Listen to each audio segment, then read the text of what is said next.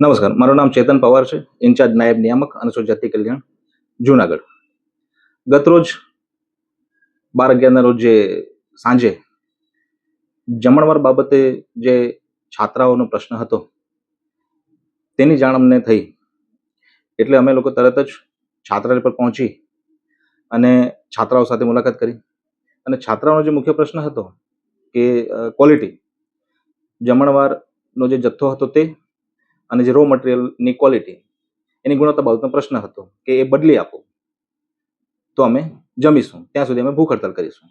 એટલે અમે લોકોએ તરત જ જે કોન્ટ્રાક્ટર છે એમને પણ હાજર રાખ્યા, એમને બોલાવ્યા, એમની મુલાકાત કરાવી અને છાત્રાઓની માંગણી પ્રમાણે એ તમામ જથ્થો એ બદલી અને તદ્દન નવો જથ્થો જે છે એ આપણે ત્યાં ઉપલબ્ધ કરાવ્યો. એમાંથી નવું ભોજન બનાવીને છાત્રાઓને આપણે જમાડ્યા. તે સિવાય છાત્રાઓની જે બીજી અન્ય જે સુવિધા બાબતની જે ડિમાન્ડ હતી એમાં પણ આપણે સંપૂર્ણ વ્યવસ્થા કરી છે.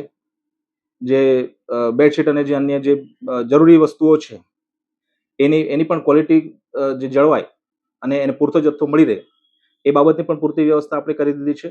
બાંધકામ બાબતે જે પણ પ્રશ્નો ઉપસ્થિત છે, જે પાણી ગળવાનો કે જે પ્રશ્ન છે, એ માર્ગ અને મકાન વિભાગ સાથે મળીને એનું પણ આપણે સોલ્યુશન તાત્કાલિક લાવી દઈશું અને ભવિષ્યમાં આ પ્રકારના પ્રશ્નો ઉપસ્થિત નહીં થાય એની આપણે સંપૂર્ણ કાળજી રાખીશું. સર, ખાસ કરીને જોવા જઈએ તો કાલે જે બનાવ બન્યો, જે ખાવાને લઈને જે પ્રશ્ન હતો એમાં જે ઈયળો ને એવું કંઈ એવું હતું, ખરેખર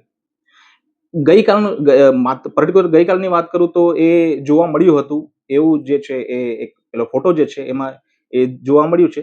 પણ જે છાત્રાઓએ કીધું તે પ્રમાણે 24 કલાકથી ભૂખ્યા એવો પ્રશ્ન ઉપસ્થિત નથી. સવારે નાસ્તો કર્યો છે અને બપોરનું લંચ પણ લીધું છે અને માત્ર આ પ્રશ્ન સાંજે ઉપસ્થિત થયેલો હતો.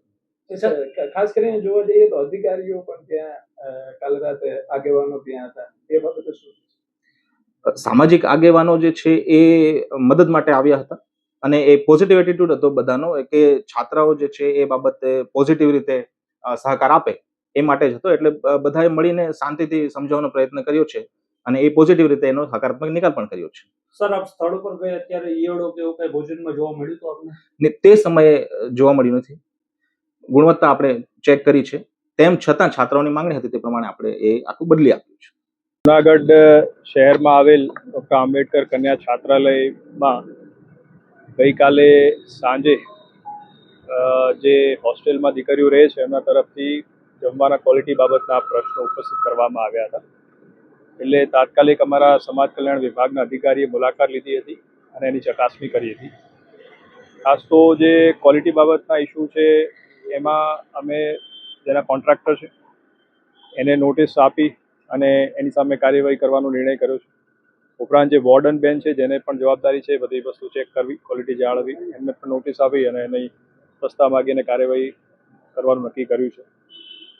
સાથે સાથે અત્યારે આ હોસ્ટેલની જે મુલાકાત લીધી અને જે દીકરીઓ છે એમની સાથે વાતચીત કરી તો નક્કી એવું કર્યું છે કે જ્યારે પણ સીધો સામાન હોસ્ટેલમાં આવે જે જમવાનું બનાવવા માટે વપરાય તો એના માટે એક દીકરીઓમાંથી જે કમિટી બનાવશું કે જ્યારે આ સામાન આવે ત્યારે ચેક કરશે અને રિપોર્ટ આપશે અને એ રિપોર્ટ જે છે સમાજ કલ્યાણ અધિકારીને પણ એ સબમિટ થશે અને એના થ્રુ મને સબમિટ થશે.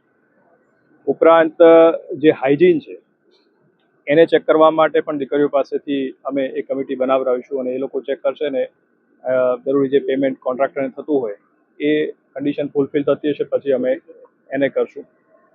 આ હોસ્ટેલમાં સવારનો નાસ્તો, બપોરનું જમવાનું અને સાંજે ડિનર આપવામાં આવતું હોય છે.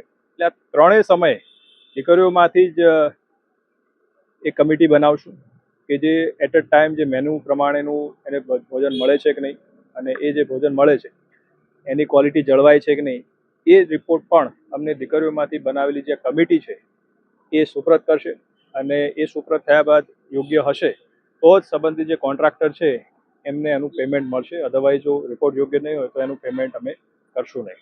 એટલે એક આ લોકતાંત્રિક વ્યવસ્થાની રીતે અમે દીકરીઓનું પણ આમાં આ પ્રશ્ન ધ્યાને આવ્યા બાદ અમે એને ઇન્વોલ્વમેન્ટ કર્યું છે અને ભવિષ્યમાં આ પ્રકારની કોઈ પણ ઘટના ન બને એ સુનિશ્ચિત કરવા માટે સમાજ કલ્યાણ અધિકારીશ્રીને અહીંથી અમે કડક એની તાકીદ પણ કરી છે અને સૂચના આપી છે.